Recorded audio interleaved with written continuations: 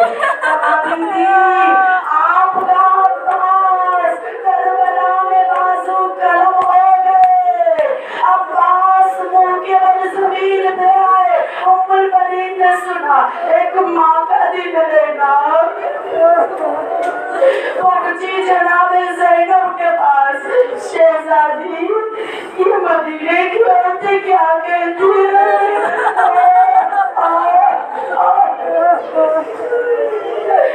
میرے عباس کے بازو قلم کر دیے گئے۔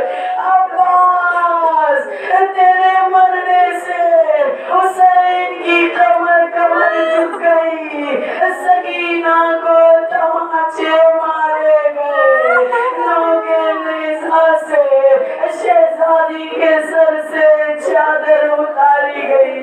بس کربلا کی زیارت کی جو حسرت لے کے آئے ہیں، جنہیں اربعین کربلا میں کرنے کی طرف ہے، بی بی غریبوں کے پاس آنسوؤں کے علاوہ کوئی اسباب نہیں۔